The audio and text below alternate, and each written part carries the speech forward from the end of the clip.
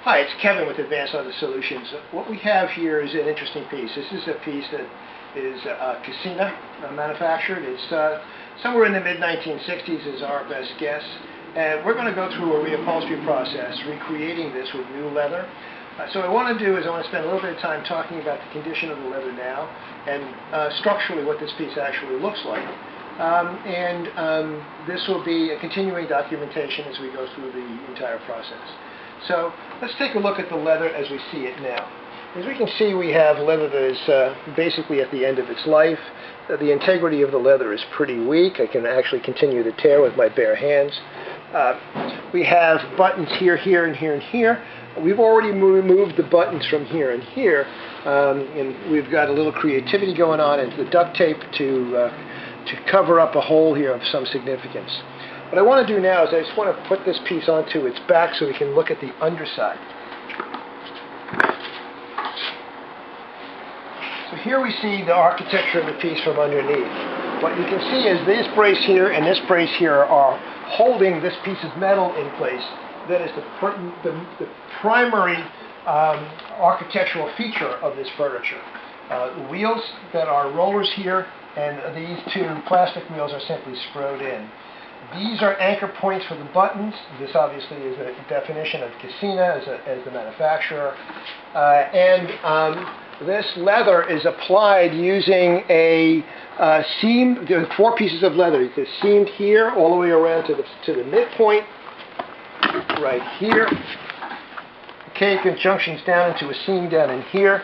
Then this seam comes up and comes around to the back, and if we can swing this around, we can take a look at what the back of this looks like.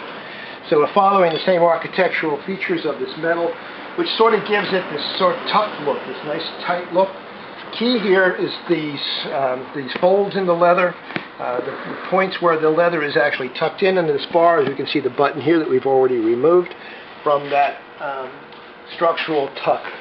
And so the next step in the process is going to be to take this piece apart. So once again, going to the back side of it, we're going to do that by releasing the wheels, and then releasing these points here, and then releasing the actual leather from it, which we'll use as a template to create the new leather. So we'll continue this process then when we get deeper into it. Again, this is Kevin with Advanced Leather Solutions, and we'll show you on the next video the progress that we're making in recreating this piece. Well, we've taken the feet off, and we've also released one of the 2 metal support systems, and we're going to be releasing the second one in a second. But I want to point out a couple of different things. So why don't we bring the camera over here? Let me show you something. The leather is tied down with this nylon rope, and it was stapled into the wood here and here to sort of stabilize it. And if you can see right here, the same thing is true here. So it was stapled down in here, stabilizing it at this level, but there's nothing more than sort of a knot that's holding everything together. And we're going to release that. First, I'm going to repeat the process of disassembly as I did on this piece here by taking this one off, and we'll show a picture of that when we're done. Thank you. So now that we have removed the support for the front and the support for the back, we're now releasing the leather, and we've released the leather from the tie that was here, and so we can now sort of peel back the leather gently and take a look at what we have. And bring the camera over here. I want to point something out about this leather. This is what's known as a chrome tanned leather that was roll dyed, not vat dyed. And the reason why I can tell that it was roll dyed, not vat dyed, has to do with this white layer that we see in here. Leather that is tanned, that is chromium tanned, which is the kind of leather you find typically for upholstery application, it comes out looking this sort of whitish color after it's gone through the tanning process. This leather was then dyed by not dipping, but rather by pulling the leather through rollers such that the dye was pushed in at the top and pushed in at the bottom, but it didn't penetrate all the way through the leather. So this leather is not colored all the way through. And if we bring the camera over here, here we can see further evidence of that. So here the outer color coating was abraded away, exposing that inner layer that we see here, and that's why we see this lighter color here. when we do this project, we're actually going to be using leather that is dyed through and through black so that we don't have this as an issue. In the event it gets scuffed, when it gets scuffed, or if it gets scuffed, it will be showing black in the scuffed area, not white.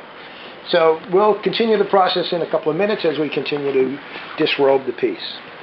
Hi, Kevin here again with Advanced Leather Solutions. I wanted to spend a moment to talk about our project of reupholstery on this Cassina chair.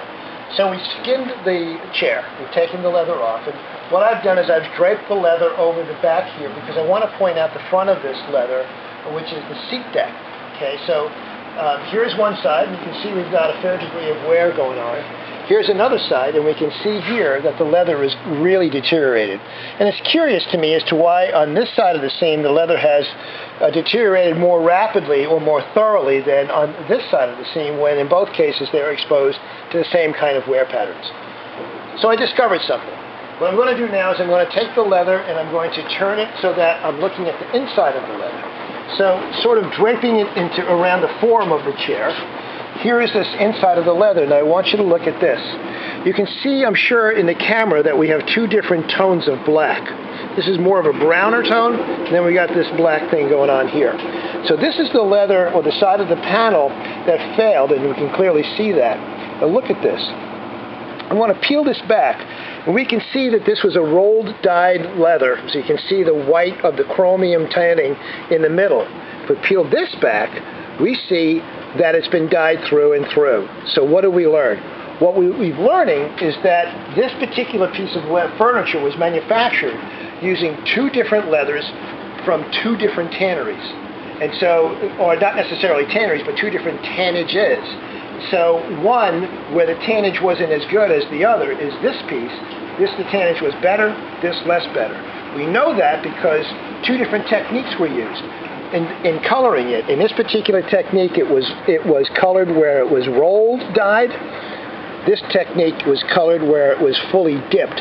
This allows the color to penetrate all the way through the cellular structure front to back. Here the color only goes to the edges. And so sort of as an interesting piece of history on this one, the manufacturer actually used two different kinds of leather on the same piece of furniture. You can't tell, or you could never tell that when it was new.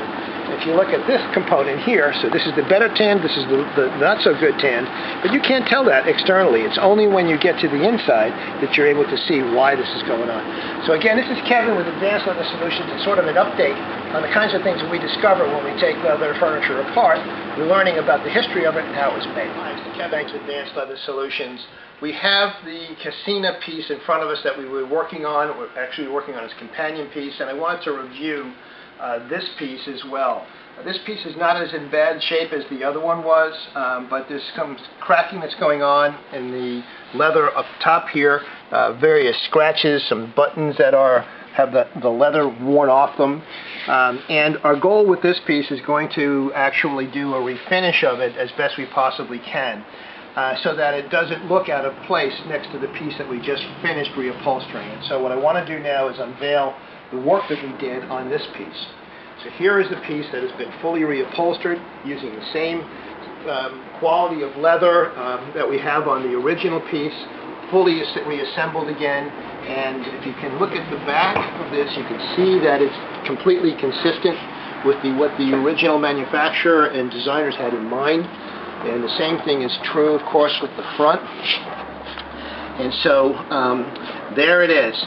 That's the finished product of all of our efforts. This is Kevin with Advanced Leather. If you have any questions, of course, you can call us at 510-786-6059.